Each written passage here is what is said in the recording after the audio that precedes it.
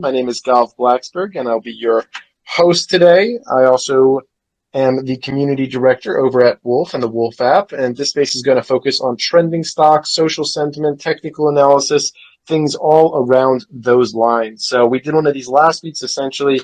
Captain Financial over here is really focused on discovering real-time stock trends based on social sentiment. So they're using, some natural language processing and some other things that you find on social media in order to determine trends and find stocks that potentially could be runners and stuff like that. So we're going to dive into some of those today. There's some bigger names, some smaller names. I also want to pop off on some stuff with earnings. But yeah, thank you, to our panel for hopping in here. Really great panel here. As you're listening, if somebody's speaking and they're really, speaks to you and you're like, hey, this is the type of analysis that I, want and need in my life, make sure that you go ahead and pop in and give them that follow. I think that's going to cover everything for the start. Without further ado, Captain, I'd love to turn it over to you for, an overview on the day. You can lead into that stock we were talking about. I see Danny already pinned it. And then we'll kind of, dive into some more of the stories that are going on. Yeah, thanks so much, Wolf. And thanks for all your spaces. Is this like your 140th straight hour of spaces this week? Yeah, pretty much. I think I've done more spaces than sleep. Yeah.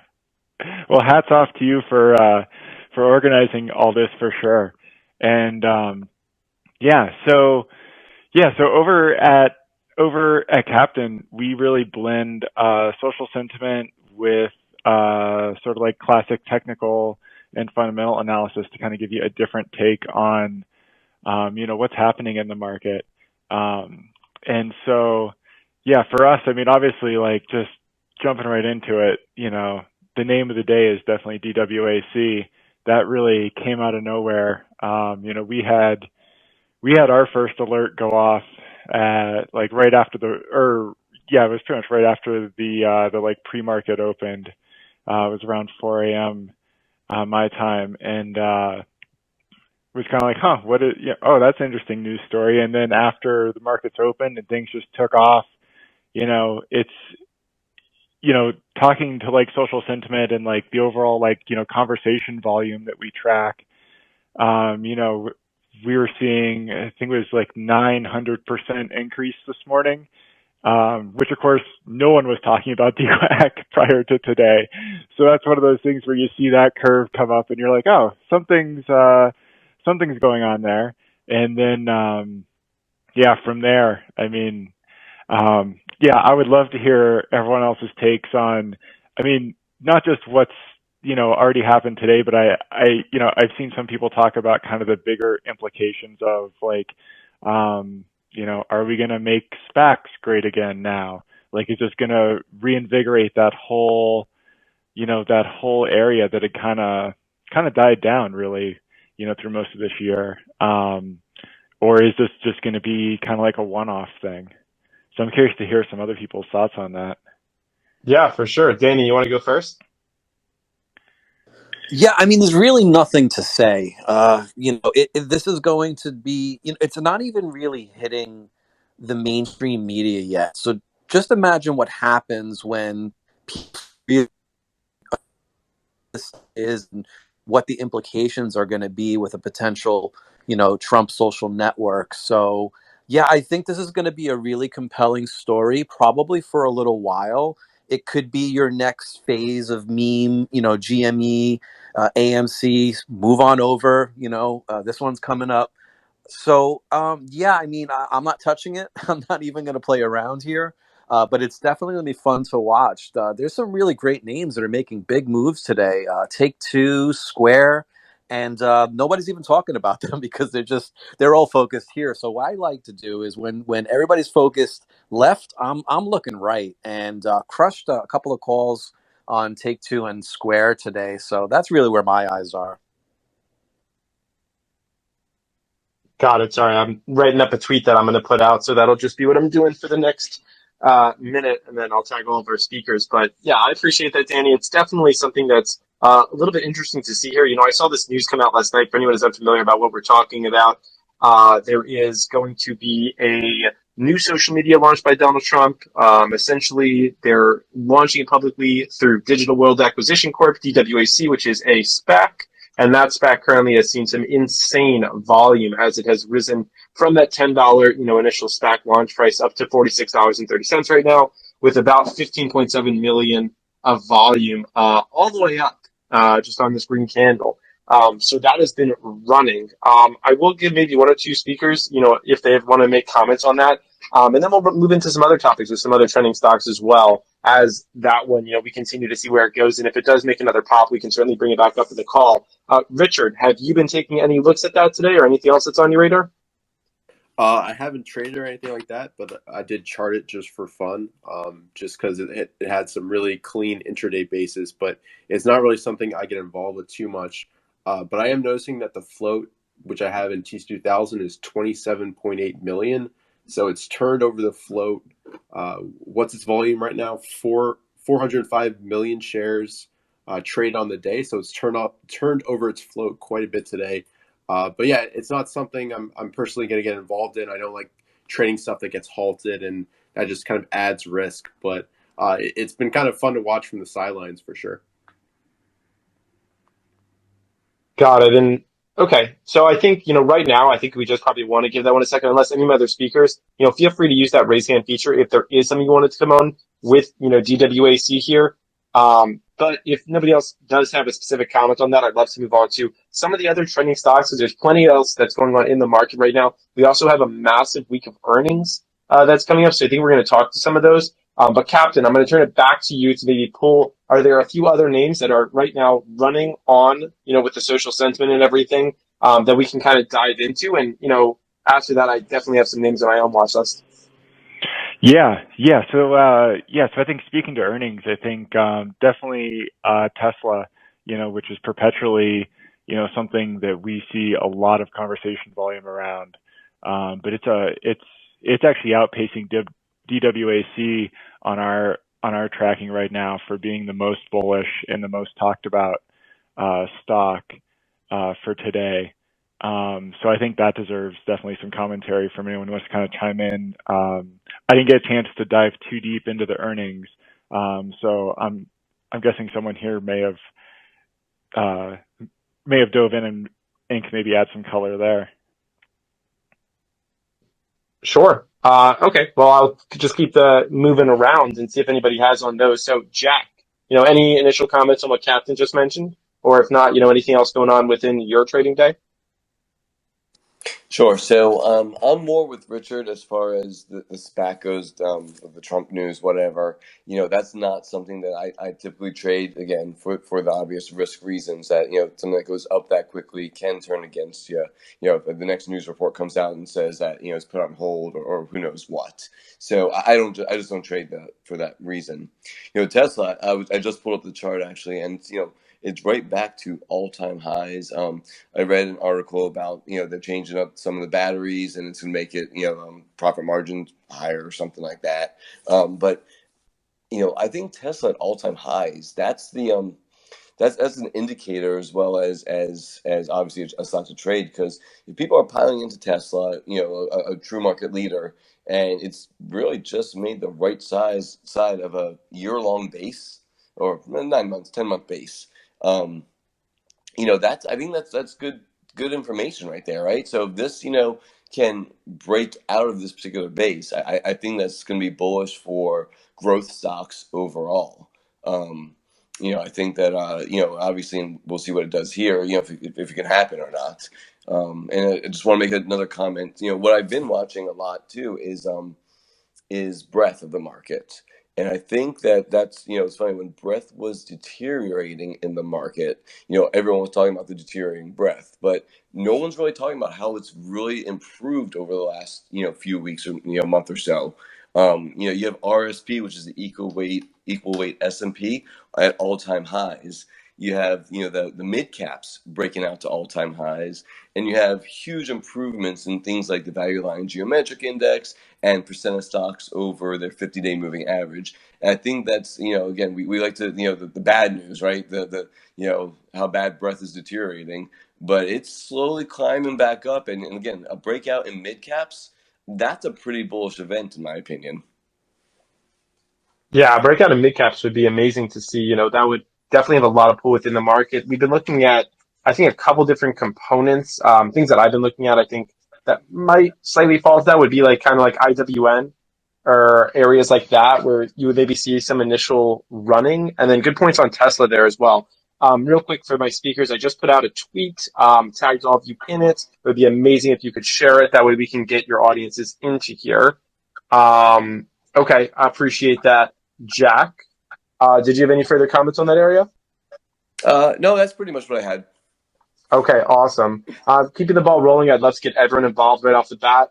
So, Richard, I'm going to go to you, and then PBA, I'm going to go to you. Richard.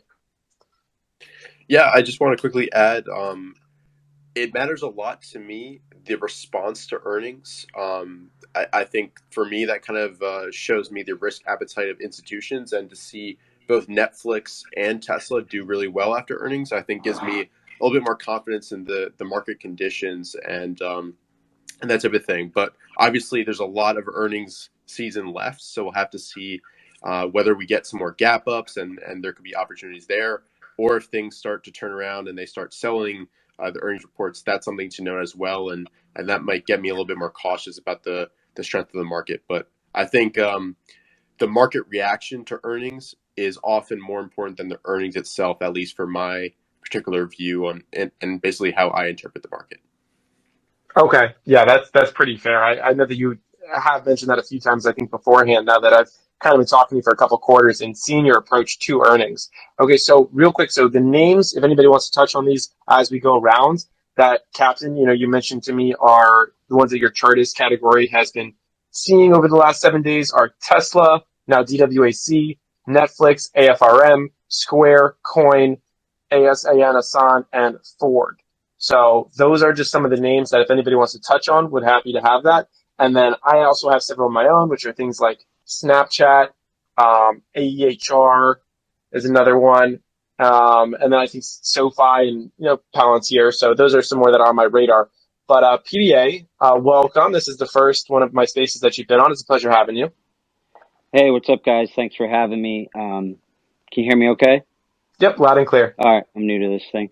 So outside Richard and Jack, I don't really know any of you, but I would totally concur with Richard.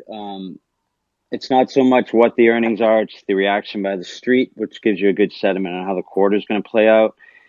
And the way they reacted to Netflix and Tesla even has me more bullish. I'm really looking at the current state of the market a lot differently than I have the last few months. I think we got a correction finally in the indices, which I've been waiting for. And then I've been looking for the strongest names, showing the most relative strength coming out of heading higher a few days before what we had what's called the follow-through day and the Investors Business Daily. And so I'm really trying to just position myself and sit for the next quarter or two, because it really feels like we're getting into a melt-up phase here that's about to happen. Sentiment couldn't be any worse. There's a lot of negativity. The NAAIM was down. So I'm really, really bullish here, and I'd love to talk about coin real quick, if that's okay with you guys. Yeah, definitely talk coin. And also for the people in the audience who are unfamiliar, maybe explain to them what you mean by a melt-up phase. Think 1999, where we go into a final melt-up phase. The Fed's been obviously very easy here, and I think we all know that that's going to end eventually. And the market doesn't top when we think it's going to top. It tops when everyone's bullish, and there's a lot of negative sentiment still here. So if you study history and some of the charts back in the day in 1999, you saw life-changing moves in names like Qualcomm, JDS Uniphase, and I think you can see some of those type of moves. And obviously, I always manage risk, but I think you can see some of those type of new moves and new leaders here, like Upstart, Affirm, Coinbase, names like that. So I'm really, really bullish. Perfect. And did you want to dive a little bit deeper into coin there? Yeah, so Coin IPO'd, obviously, and then immediately corrected, and it looked really ugly for a while. But if you look at the current base, it formed a double bottom with a high of 294 on the left side, and the characteristics in the base really changed. It peaked in the middle of the double bottom at 280.61, and then it pulled back. But there were some things to note on the pullback that it hadn't really done before. At the bottom of the base where it hit a low of like 224.51, it really started to tighten up. Like it had an inside day 2 days before the low. Volume really dried up. And then you saw a huge character change. The first was on, what's the date there? October 5th. It flashed a 10-day pocket pivot and moved through the 10-day and the 21-day. And then the next day it had a gap up through the 50-day. Sorry, that's the day with a lot of volume, I believe. Yeah. Had a pocket pivot that day, which is the highest volume over the last 10 trading days is what that is. And it pushed out through the 50-day. And then if you notice, it pulled back on some of the lowest volume since the bottom and bounced off the 21-day. And then it just ripped. It had 4 consecutive days of increased volume acceleration. It blasted through a bunch of pivots that were resistance before. And it's pulling back today, but this is normal after a run like that. And I really don't think people are equating this to Bitcoin and crypto, but not a lot of people are talking about this NFT marketplace that they're launching, where they already have a 1.35 million weight. So way more than OpenSea. So I think this is a huge catalyst, which, if you follow How to Make Money in Stocks and Investors Business Daily, there's the new and can't slim. And I think this is it. I think this has a lot of upside. So talk to me about that right now. We're having this pullback today. And by the way, I've been very focused on coin throughout this week, as back on Monday, myself and Stock Market News did a space Monday morning where we live traded coin and we picked up some coin $300 weekly calls, which we sold for 30% profit, but are now up like 300%. So, win some, lose some, but I will count it as a win in our books. Now coin's pulling back a little bit. Is this an opportunity here? For potentially, some that might want to get in. Well, it's Yeah. still 20 points above the 10-day EMA. So I'd love it to hold 300 here, close above 300, and then trade sideways and tighten up. I would wait. I don't think there's any need. If you want to trade, if you really want to trade like a tight risk entry, you could buy it just over 300 with a stop at today's low if you think this is the bottom. But the way it's extended above the 10 EMA, which is down at 281, there's a good chance it's going to keep shaking out a little bit under 300 until the 10 EMA catches up, in my opinion. So I can be completely wrong, but managing risk always comes first to me. So I would wait for the 10-day to catch up. If this is just starting like Facebook did and Google did when they took off as IPOs, you'll have plenty of chances to get in. I don't see the point of chasing here. Appreciate the insight there. Thank you. All right, Black Box Stocks, I want to get you involved. What's going on? Yeah, so I just tweeted something about DOCU, so DOCU. We caught this flow coming in today. This was one a lot of the people in the room played. We did pretty well on this. We saw this flow start at 11:49 a.m. Central. It was unusual, raised an eyebrow because of the size and it being a weekly on DOCU. And then they just came in and they just kept buying, and the aggressive buying was very clear to us on these 277.50s that are expiring tomorrow. So we got into this one and we had people in the room do really well. Yeah, that And definitely. Oh, yeah, Mel? Oh, no, was just going to say that was actually coming in before we knew that was a Motley Fool mention. So just kind of an unusual activity for that name. You don't usually see the shorter dated. You usually see some longer dated positioning. So it seems like somebody had some insight into that mention prior to that being released. So it was definitely an interesting one to watch. Yeah. Nice. Go ahead. Yeah, nice looking chart too, just with the moving averages and how it just broke through the, I believe, 50 and 100 kind of simultaneously there and above that volume ledge. So, this could potentially be the start of a larger run. What do you think about that? Yeah, I think it could. When you see this kind of activity and news on DOCU, especially when it runs, it usually does run pretty well. So I don't think this was like a quick temporary move. So we're going to keep an eye on this one. It's definitely on the watch list, and we're definitely going to keep watching the flow to see what comes in next on this one. Okay. Yeah, continuing to keep my eye on that as well. What else has come across, your scanners today? Just a follow up to some of these spaces that we've had this week. Last week, Tuesday, just we came out with some great names as a team and kind of everybody collaborating together. Big high five, for those that were able to get on pins, Playboy, big movers there with news, and we kind of had shared that with the community beforehand. So I know I got a few messages that people were really thankful that they spent the time to join us. So just again, thanking everybody for collaborating and sharing that information. I'm loving some of the stuff that we're seeing just because we do have more of those growth names that you don't see very often. And when you get flow come through in those names, it is definitely, raises an eyebrow. You tend to get some momentum come into the stock, like LESL just had some October sweepers come in, Leslie, and that's not one you just see very often. So you can really start to see momentum pick up into those growth names and those lower float names. Otherwise, two of my faves that I'm active in and been watching, I know quite a few are, is this GDRX and SKIN. I did share a chart of skin, have had, while we've been basing sideways, some unusual dark pool activity, and mainly just because you don't see much in this name. So really liking that setup here. I think we still need to break out technically, but it does seem like we have some institutional activity and involvement in those names. So also had some call flow come through this morning. So a name that just doesn't get seen very often. And that's kind of nice and refreshing to have some new names come through the tape. Yeah, 100%. As we kind of, to reiterate on both things that you said, first off, you're absolutely right. So many of the ones that we've been pointing out over the last week or two on these spaces have been massive, massive winners.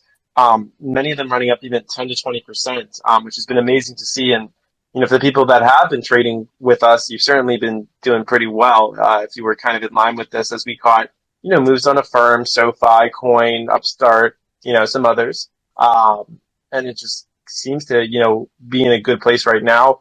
Continuing, I think we also do want to, always promote the risk management practices.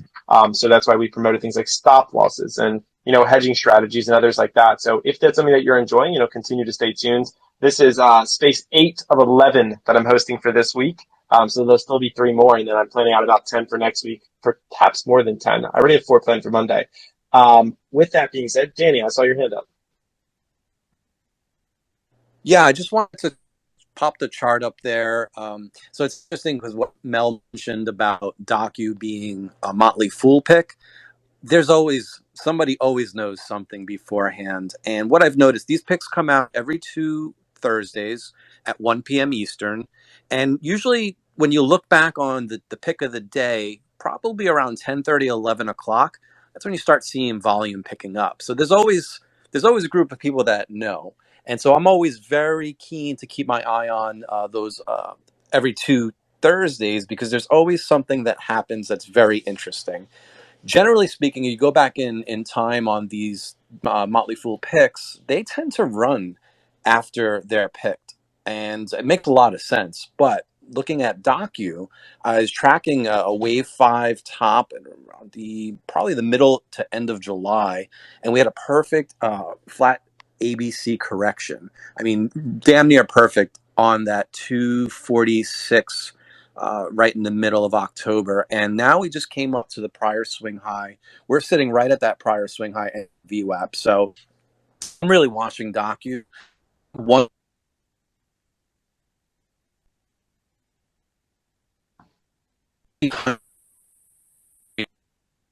over 300, I Oops, think cut out that's for where me a little bit there. goes. Yeah, I was just saying, I'm just tracking a 1-2 setup here on Docu over 300. 3 activates. I think you could see a monster move over 300 on Docu. Okay.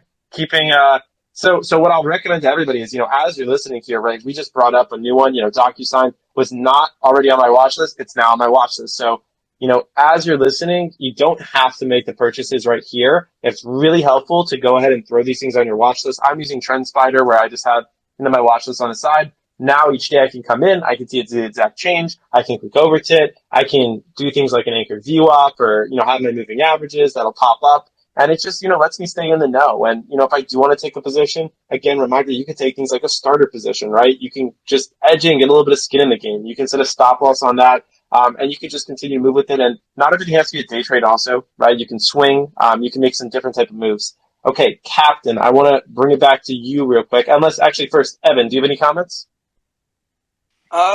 As I've been listening, sorry I'm outside right now if anything happens with that. I appreciate you having me.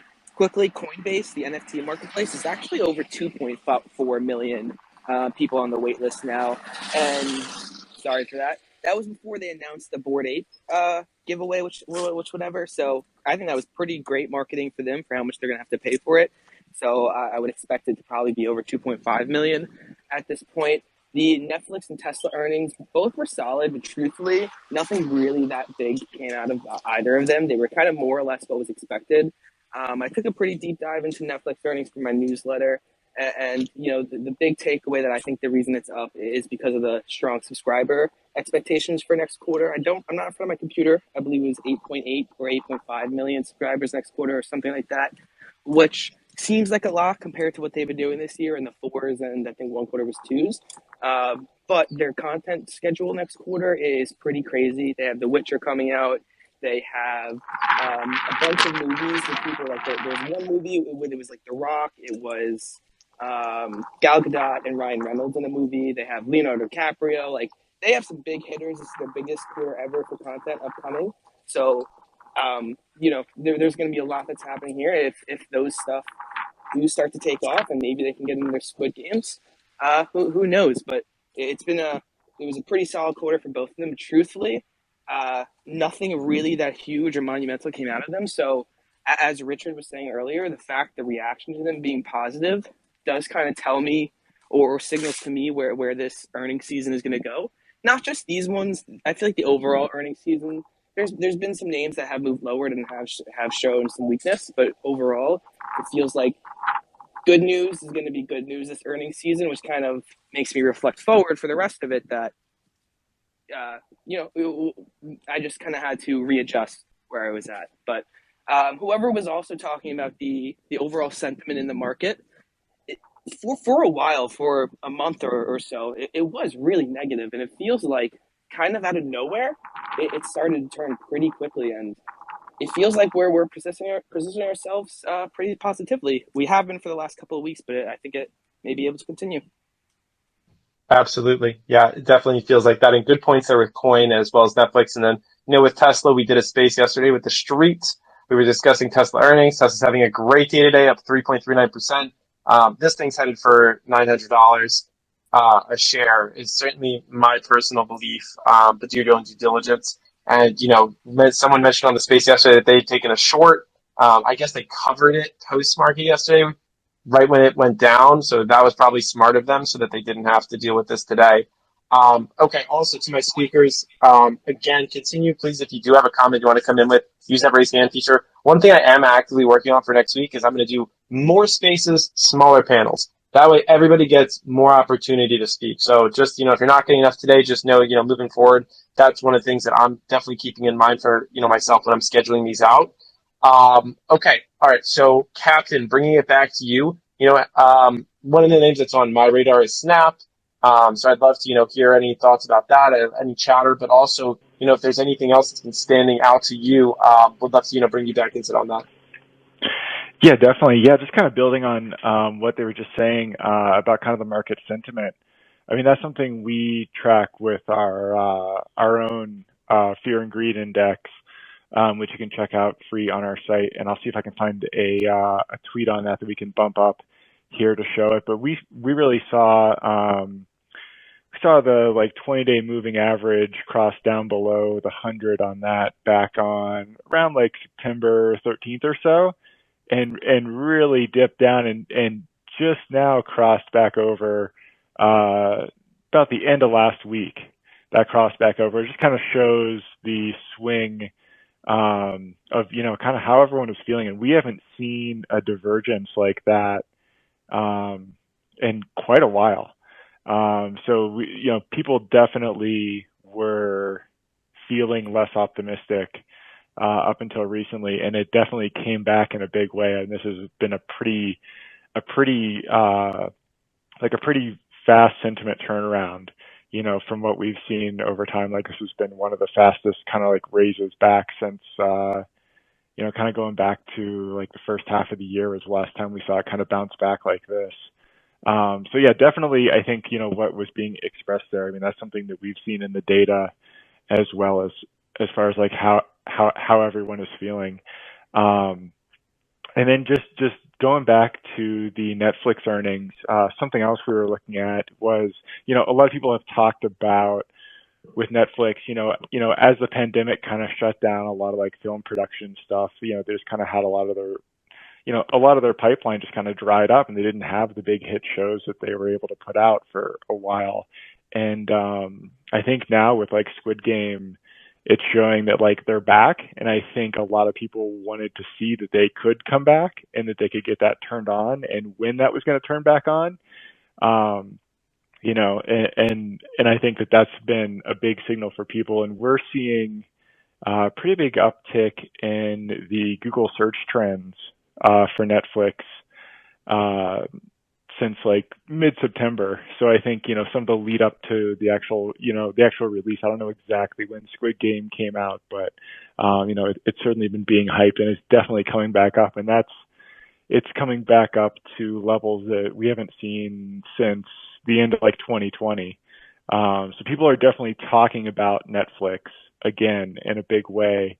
And I think that, that sort of thing is definitely playing into the earnings. They're, and the overall reaction to that is like, I think people feel like, okay, Netflix is back and they're going to keep up, and maybe they even have a plan to, be better than they were before, all this. So I think that's really important to see.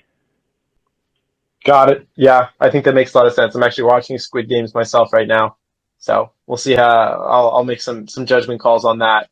But interesting things that you pointed out there is how fast this market sentiment swung. I think it was about 2 weeks ago, actually less. I'm going to say not last Friday, but the Friday beforehand. That's when it felt like everything was at a bit of a tipping point. So if you want to just everyone take a look at the SPY chart right there, which by the way, SPY just hit all-time highs. I just tweeted that out.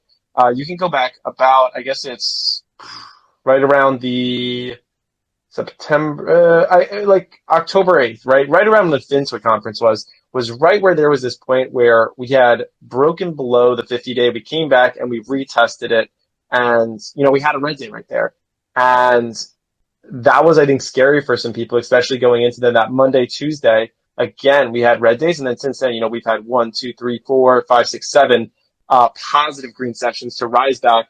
During that time, there's been a huge run for growth stocks and some others. So people are certainly keeping their eye on that, but it could swing back certainly, the other way as well if we were to go back below that 444 level, or maybe even that 100-day at like 436.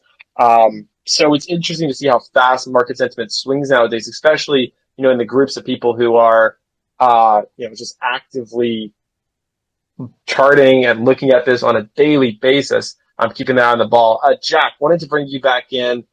Any thoughts on, I guess, Tesla, Snap, or just anything else? And also, the overall concept of the space, we were talking a little bit social sentiment. Does that factor at all into your trading style?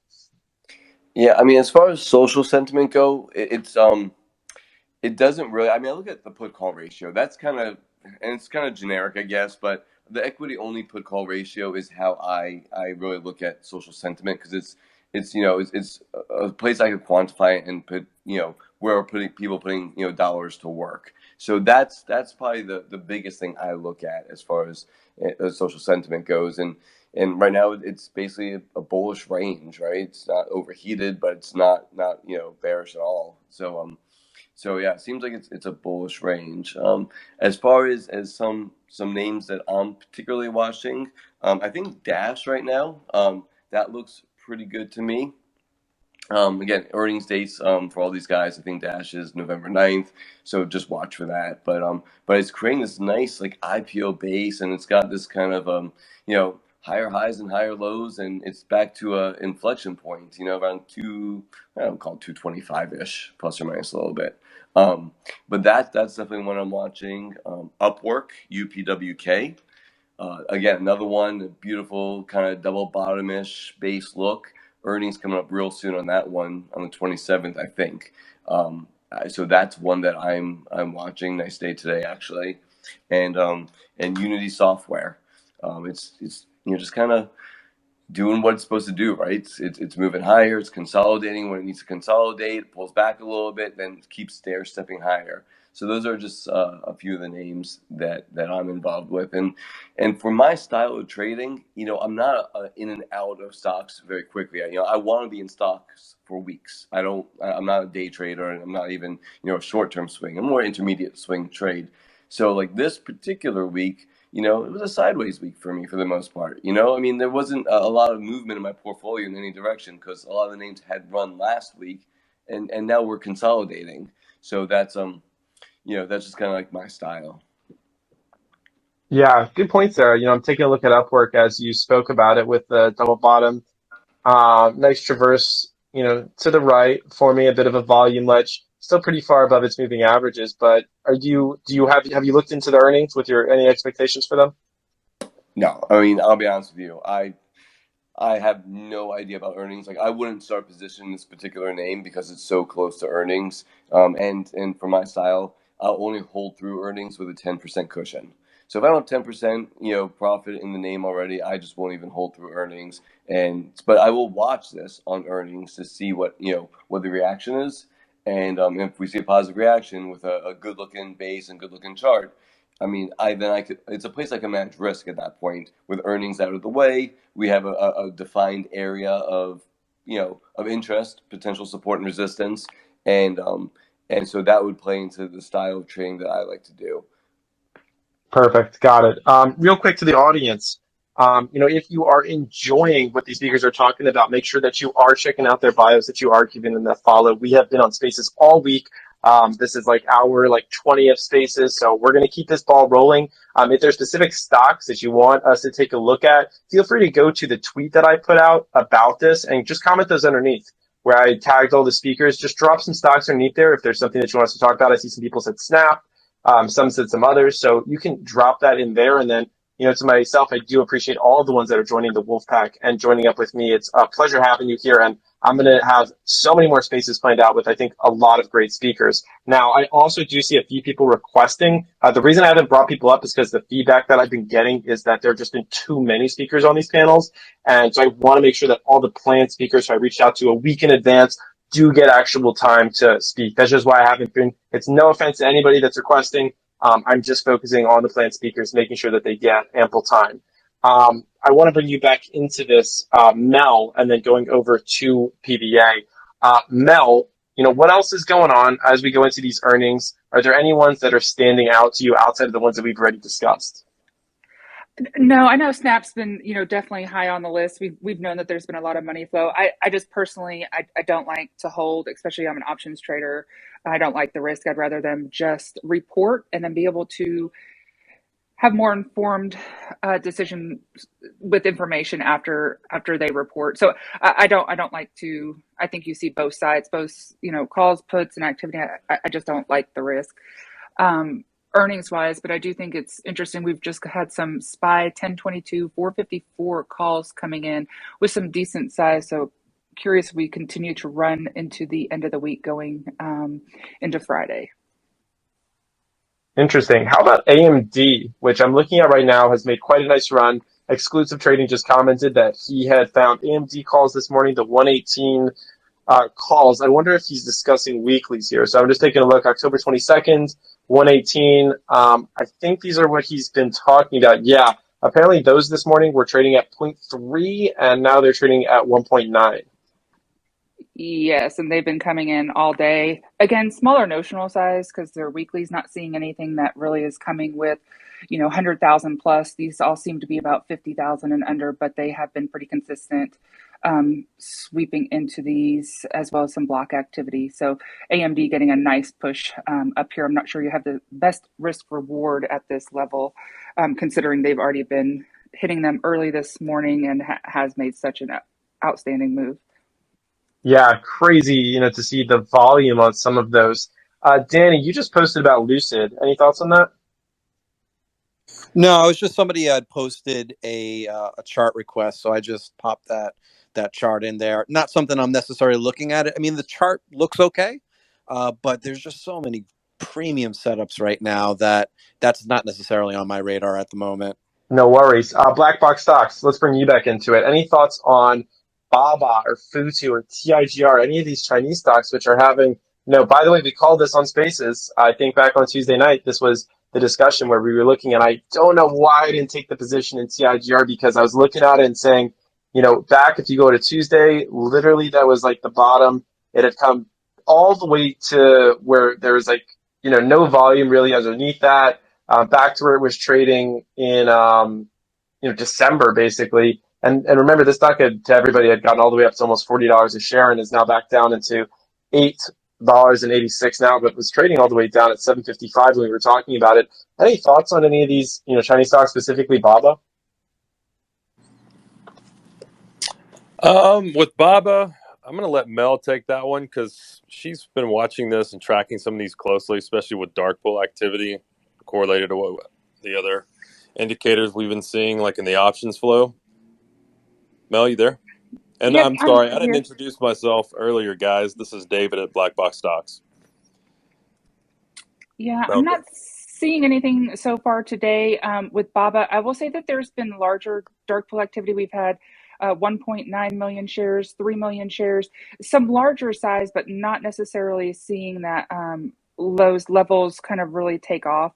They're holding well, but I know we do have Baba reporting first in the China names, but we also had DI, which was another China name that kind of popped up today, and I think that was definitely a momentum move coming from the activity that was pushing through in the options market. So it just has been really call heavy. I think that was even a CNBC mention on the halftime show. So that one definitely had some continuation, but we seem to be a little bit shorter dated. So that's where some of the hesitancy is. Those seem to be more speculative, catching some pops and not necessarily positioning for those longer term swings that you'd like to see with them buying more time and coming in with size. Interesting. Yeah, I remember when Didi just completely crashed. So I guess at least they're coming a little bit out of that. That's cool to see. Richard, let's get you back into this. Have what right now are some of the swings that you're holding? Sure. So the stocks I'm currently in: Coin, SoFi, Bros, SI, UPST, AFREM, and DOCN. Those are the main focus for me, and I'm trying to really stay concentrated on kind of the growth leaders based on my style, and also just kind of hold the ones I already have a cushion in. I'm expecting some type of consolidation pullback here. We are a little bit short-term extended, but just going back a little bit to what you were talking about with the overall indexes, back in the October 8th to 12th area, we were still pulling back on the indexes back towards the 10-day moving average. But what we saw with the growth stock leaders, the kind of stocks I was just talking about, along with some others like ASAN, is we saw decoupling versus the indexes, meaning the indexers were pulling back, but the growth stock leaders were showing relative strength and actually starting to break out and move up the right-hand side of their bases. And when we see something like that, that's when we want to pay attention and try to pick our spots, and kind of find a setup and get into these leaders, and almost anticipating the fall through day on the indexes, which is what JPBA was talking about, which happened on the 14th, where we had a nice push up on the overall indexes. And that way we have a nice profit. We can sit through the natural pullbacks that are going to occur. Now if you're trying to enter, they're kind of extended from proper points. It's kind of more emotional, volatile price action, and it becomes really hard to manage risk when something's already up 25% in the past 5 days. So for me, I'm almost waiting for some type of pullback, letting the moving averages catch up to these names, and waiting for a spot where it gets tight enough that you can manage risk. Something like Coin here, I started a position early this week at around 276, but now it's up so much in 3 days that it really has to tighten up around 300 before I would consider adding to my position if it does reconfirm. So sorry, I kind of forget what the question was, but I hope that kind of addresses some of it at least. I was just asking you, what swings you were holding. So I think that pretty Yeah. much straight up addressed it as you walked us through some of your positions. And, you referenced PBA there. Would love to bring you back in PBA. I could throw over some specific stocks, or maybe if you want to talk about some of the ones that you're holding right now, that would be great as well. Sure. Sorry, I lost you guys, so I didn't know where we were at. I just got back on. What am I holding right now? I'm holding Affirm. I'm holding Ambarella. Um, that offered a good opportunity a week or two ago. I'm pretty much exactly where Richard said. I'm trying to hold now.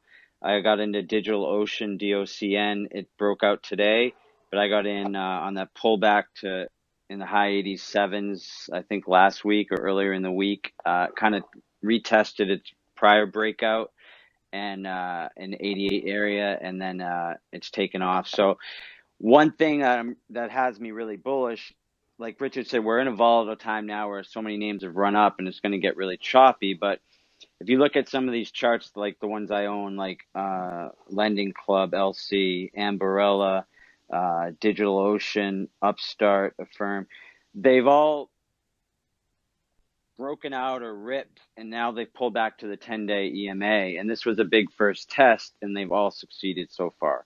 I don't like this action in Upstart in the last half hour here, but the volume's super low.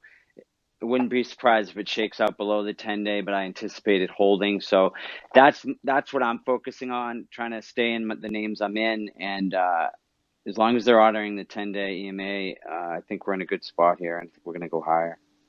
Okay, so two questions to follow up on that. So first off, maybe explain to everyone why, the 10-day EMA holds so much weight within your trading style. And then number two, maybe a little bit more on LC, as that's one that I've actually been looking to start a position in. Okay, so the strongest stocks will typically hold the 10 EMA early on in its run, and then it might honor the 21 day.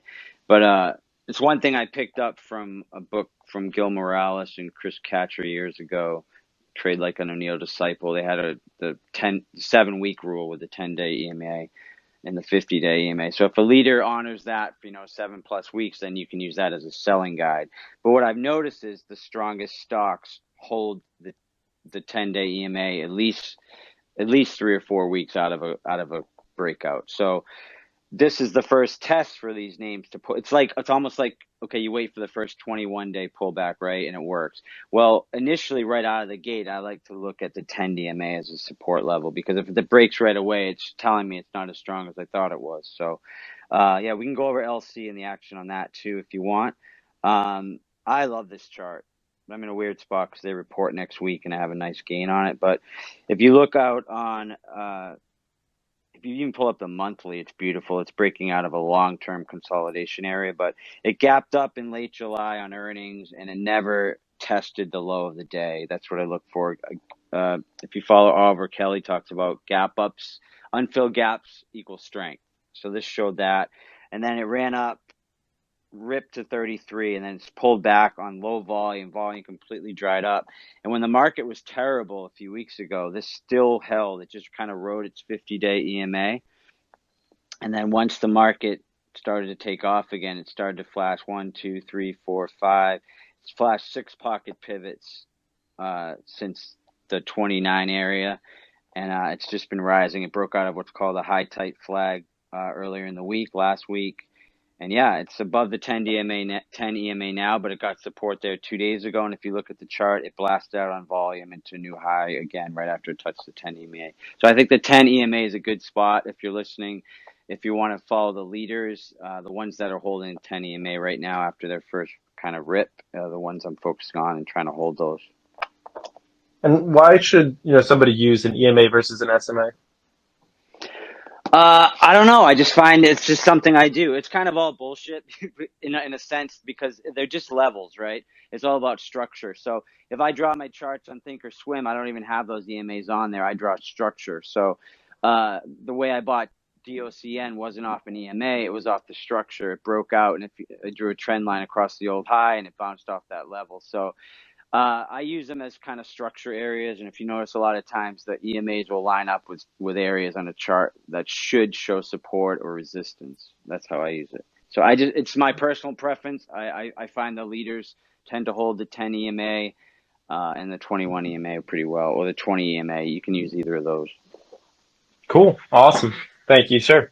No problem. Captain. Yeah. Captain, I'd love to bring it back to you. Again, Captain is the co-host on this space. Everybody should be checking out their platform, and it's really interesting. They are taking, kind of like aggregating, I would say, a lot of the data that you would, normally be searching through on your feed, but then taking insights out of that data and delivering those insights to people at a fairly reasonable price with plenty of free features as well. So, Captain, what else is going on? On your side of things, is anything else go up on your scanners as we move into the last 10 minutes of the trading day? Yeah, man. I'll tell you what I thought we were going to be talking about mainly today was the PayPal and Pinterest rumors. And so, yeah, I'd love to kind of bring it back to that because I think so we hold Pinterest in our corporate account. So we actually trade real corporate money based on our data. Like we put our money where our mouth is, and we do it totally transparently, and it's third party verified and all that good stuff. So we actually, I mean, I think we're one of the few services that where the actual business puts its money behind it. So anyways, beyond that disclosure around Pinterest, I just thought that was a really interesting rumor that popped up. Was it 2 days ago? If it was 2 days ago, it feels like it was a year ago at this point. But yeah, what does PayPal potentially want to do with Pinterest? And I'd love to hear people's thoughts on what they might do, what they could do, and if you think it's any good or not. Yeah, definitely. Danny, what's your thoughts on it? Oh, just as I say that, Danny gets disconnected. All right, I'll bring him back up. Uh, Richard, your thoughts? On the pins and PayPal. Yep.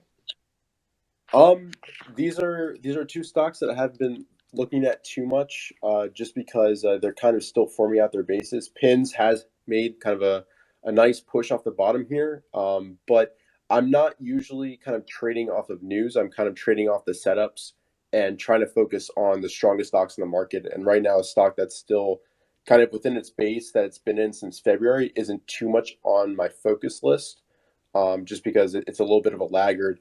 But what does give me a little bit of confidence about pins is that it's above the high volume close from that 730 gap down, and it just rallied that through that on huge volume. So I don't know if the rumors are true or what will happen, but just from a technical perspective, it could be the start of a changing character. But I know from experience, stocks that have been bought out or something like that with TDOC and Livongo, it doesn't really end too well for the shareholders. So yeah, not really happy with my focus list.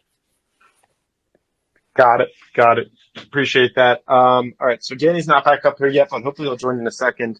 I do actually like the idea that I just saw in the comments was potentially putting together a written summary to be sent out as a watch list each space as like a spaces watch list of, like we kind of discussed maybe at the end of each one of the spaces, like, hey, these are the stocks, and put those out. People are interested in that. That's something that I think that we could do. Again, the idea behind these spaces, I see Jack, perfect. The idea behind these spaces is just to bring some of the brightest minds in this area all together and just pelt them with questions and do it for free. So, anybody can tune into these. All you need nowadays is a phone to be, an active investor. And, that's what I love about it. So, my role is not necessarily as an educator. I'm learning a little bit, Richard. Appreciate the DM. I'm learning a little bit about TA and risk management and all these different areas, and it's a really cool area to be a part of. But again, make sure that you're checking out my speakers because they are the ones that have just amazing insight around all these different topics. Cool, Jack, good to have you back here. A couple more names were mentioned, but again, I'd like to propose the same question to you as I did to Richard and PBR, which is anything else that we haven't talked about already that is currently in your portfolio that you're holding. I think the Bitcoin miners like Hut and Mara still look good. They're just consolidating. Those are two that seem to be holding up well, but aren't we're not talking about because they're not moving higher. They're just kind of moving sideways the last 4 or 5 days. But an area that I don't see too many people talking about yet is solar. So solar's forming a really nice base. I'm talking about the ETF TAN, TAN. It's got a real nice base going on there, and there's some names within there that look real good. Like Nova's got my attention. NOVA earning soon. SPWR is another one that's got my attention. Just forming these real nice kind of bases. Yeah, I'm not in them yet because earnings are real close, but I guess I could enter the ETF if I really wanted to be part of them. And then, obviously there's the bigger ones like the Enphase, ENPH, and a few others. Sedge was in there too, I believe. But there's a couple ones that these solar names are really starting to form nice structure on the charts. Perfect. Got it. Got it. I'm keeping my eye on solar too. One of the names that came up earlier in this week was FSLR. I think Mel was the one that pointed that out. Now that I got the 10-day EMA on here, I'm keeping an eye on that. It's sitting right on top of the 10-day EMA, which is interesting to see. It's kind of riding in, and it had a nice day today, up about 3%, which was good to see as well. So one thing real quick to everybody, I've been getting so shout out Stock Market News, who sadly had to leave, but had been wanting to talk about PayPal the whole time, but I just did not see his DM. I'm sure I'll be doing another space with him tomorrow that we'll be talking about that on.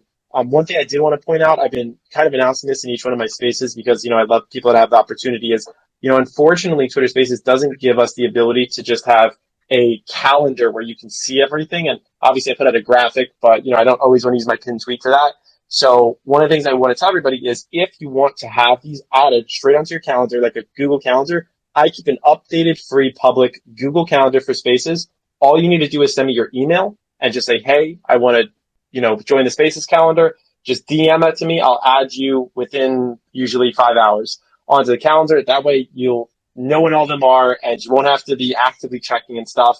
And then, of course, if you're following myself, you will, again, see those pop up on your timeline whenever I do enter. And I do about 2 to 4 a day. So, and again, it's just all about transparency, just asking people exactly what they're holding, why they're holding it. Let's get the details and keep it moving. Cool. All right. Mel, wanted to bring it back to you and also Black Box Stocks.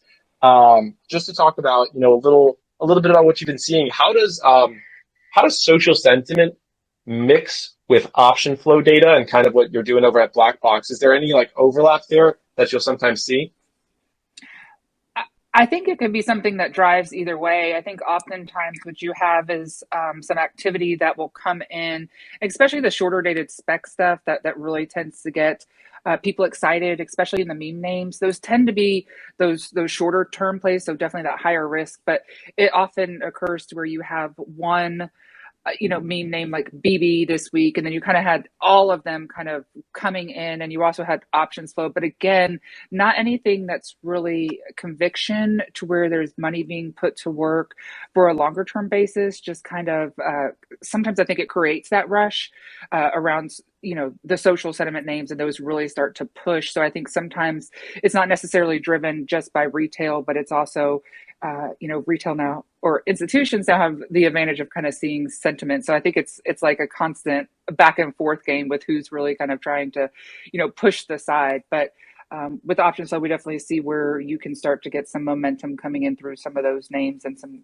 continuation on a shorter term basis, higher risk with those. So, I think that's good for your day traders and those that like to be able to catch some of those momentum names, but a little bit more of a challenge to swing some of those just because you have those bigger pops. And then ultimately, those pullbacks, you want to make sure you're managing your risk well with those. Great points. Great points. David, anything you want to add to that? No, Mel pretty much covered it. I would say that I do like to play those from time to time, both ways. So, to the upside, and then she's right. They usually, don't hold very long at a certain level. They'll run hard and then they'll come in some. So, we have a lot of different styles and strategies going on with our system. And a lot of people do. They like the action on those kind of moves. Perfect.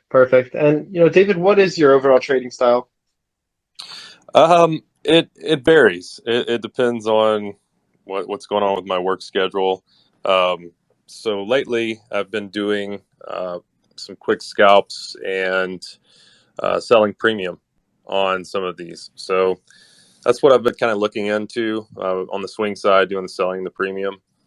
And then, if I'll see a setup like Macy's to the downside after it had that hard run on Monday, I got in on that and I've been holding throughout the week, watching it, and it's been slowly trickling down, and it's been just testing that support level. So I've just been, lightening my position as it keeps testing and testing, and we'll see what happens tomorrow. Perfect. Captain, I'm coming back to you in a second. So the market is now closed. We are after hours. I'm personally, I think Snap reports ASAP soon. Hopefully they do something good. I haven't seen it just yet. If anybody sees that, feel free to tag me in that. But Captain, I saw you posted the cap folio. Any insights from there that you would want to talk about? Yes, I mean that's just going back to where we put our money where our mouth is. That's our like corporate investment portfolio where we trade, based on and this is where we entirely use our own information, just kind of proving that you can trade this way. It's a viable strategy, and just kind of going back to what some other people were saying around like social sentiment and stuff. I think there's a lot of interesting schools of thought. It's certainly something that, we've spent a lot of time, looking at for sure, and kind of like previous studies that have been done around that. And, a lot of what you see in like Bloomberg and what you see in a lot of other systems is kind of like overall social sentiment. What's the number one thing that's simply being mentioned on Twitter, on Reddit, whatever. And, there's definitely some value and some strategies that can be built around that. And then what we're trying to do is take it a step further. So not just the wisdom of the crowd, but what about the wisdom of an expert crowd? And so that's why, the 150 or so people that we track as like analysts, that's a pretty wide range of different trading styles and personalities and focuses and all that sort of stuff. So that you can narrow down, okay, I don't want to listen to everyone, but these, 5-10 people, I highly value their opinion, and I want to know specifically what they're talking about. And so those are things you can do within our system to sort of, create your own watch list of other analysts to understand what are they talking about, and that sort of thing. And also, look at their, look at what kind of charts they're posting, look at their overall commentary all rolled up in one place and analyze. And so we think there's a lot of value in that sort of like curating your own expert crowd. It's kind of like sitting in the room with your like 10 smartest friends, so to speak. And so those are the sorts of insights that we're trying to pull in for our portfolio. But yeah, so that's what we're looking at with the Capfolio. You can check out our biggest holdings right now are Roku. We just increased there. We've got Pinterest, Spy, Apple, Tesla, Square. That's kind of our top holdings right now. But yeah, I mean that's all based on what we've seen in our system as well. So we think that's a really viable way. It's also something that is very additive. So you can bring almost any other strategy and combine it. You want to do a lot of like technical analysis, like perfect. That's actually what some of our scanners use. They match up the technical analysis aspects with the actual social sentiment. You want to bring in any other strategy you might want to, like, bring it on in and you can match it up. And this is, this can be another indicator, in your overall game. 100%. Yeah, I love that insight. And I see Danny just kind of tweeted out one of the things that you said, which was, taking that wisdom from the crowd and creating and curating insights from it. Love it. Okay, so we've run a little bit over an hour here. I have another space at 5 p.m. EST covering NFTs, so I do want to move into a little bit of wrap up here. Mel, any final comments, closing, anything that's on your radar moving forward? I'm watching the discounters DLTR and Five, liking those names. DLTR multiple inside days finally broke over that resistance level, has upside gap to fill. Liking that setup as well as Five. So those are ones I'm keeping on the radar, and otherwise just kind of going with the flow right now. It seems like we are catching some great opportunities, especially into some of these growth names, keeping an eye on some of those as we start to see some activity because they do tend to move really well. It lets us know kind of what names larger market participants want to be active in. So definitely staying mindful of that, and appreciate you guys having us on and everybody sharing their insights. Always a Yes. pleasure. Yeah, I Yeah, wanted to thank you guys too. Thanks the guys at Wolf, the crew of Wolf Financial for having us on today. It was really exciting to go to FinTwit and meet you guys and some of the other people on this panel as well. So we really appreciate it.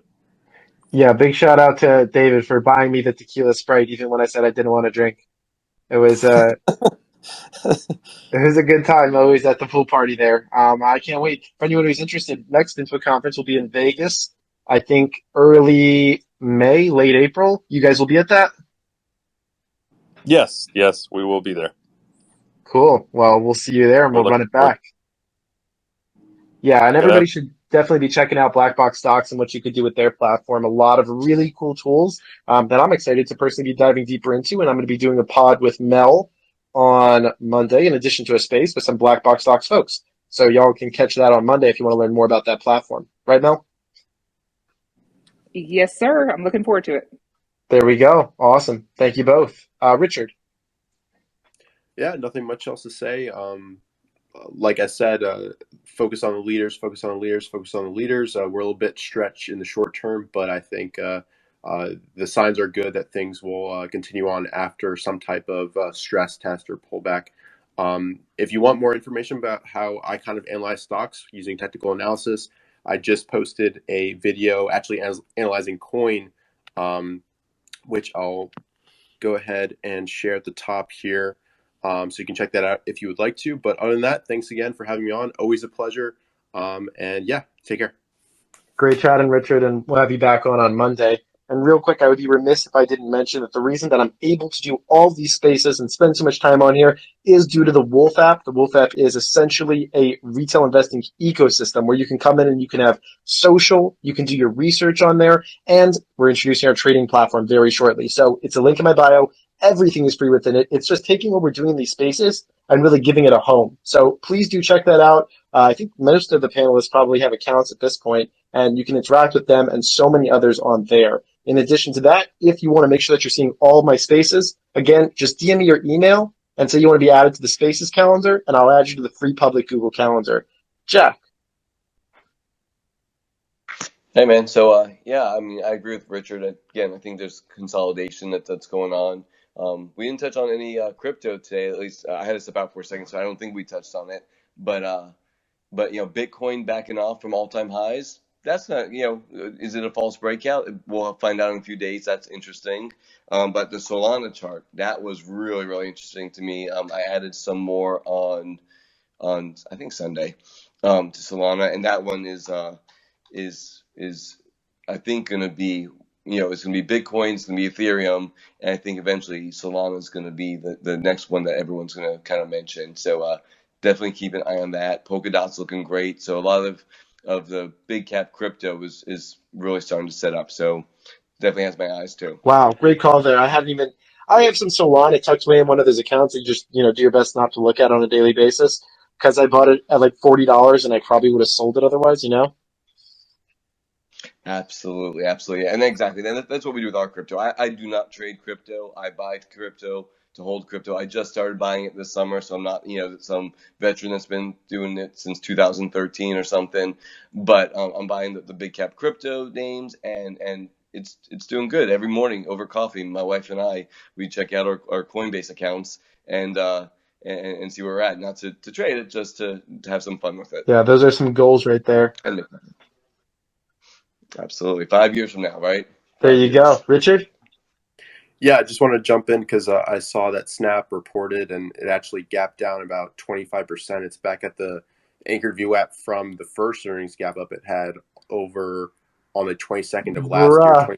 last year. So just thought I'd let you guys know. All right. Okay. Well, you know what? This is why you don't play calls going into earnings. Whew. That is a tough scene. 25%? How bad were these earnings? Oh my God. Okay. That's giving me food for thought moving into the latter half of this. Okay. And good call with the crypto stuff, Jack. Maybe I'll talk more crypto on my space at 5 p.m. For anyone that wants to tune in. And PBA, any closing thoughts? Anything you're looking at? No, thanks for having me, guys. I don't want to keep this any longer. I'll say great close on the indices. I mean, couldn't have asked for a better close. The Dow climbed back too, and S&P positive, and Nasdaq near high of the day, and the equal weight S&P that Jack talked about had an all-time closing high. So we look good. To reiterate what Richard said, I think we're due for a little pullback here. So I'm just trying to hold through this volatility period and let my names work. Absolutely. Appreciate you being a part of this, and hopefully we'll have you on some more spaces in Thanks, the man. near future. Right now, because we just have this crazy movement that just happened on Snap, I see that there's several other spaces going. I do want to close up on this one because I don't want to be the host through the whole next hour because I'm going to host at 5 p.m. EST, which is in 45 minutes. I might jump in another space just to talk about this Snap and stuff. I cannot believe it just dropped 25. Oh, I can believe it, but it's now down 26%. That's crazy. All right, whatever. My calls are going to zero. They're weeklies. Don't play calls on positions, folks. I guess this is the learning lesson. If you do, make sure they're small positions. These were very small, not very small, but these were like a few percent of my maybe even less than that of my portfolio. So pretty insignificant in the long term. But thank you so much to my speakers for being here, for putting in your time, effort, and to the listeners. You could have been doing anything else. You could have been out having a drink, watching TV, but you chose to come and get educated to learn about social sentiment, TA, trending stocks, find new positions. I love it. We're all here trying to build financial freedom. So it's been a pleasure having you all with us today. Thank you so much. Everybody have a great rest of your day. And if you're into NFTs, hop back on in 45 minutes.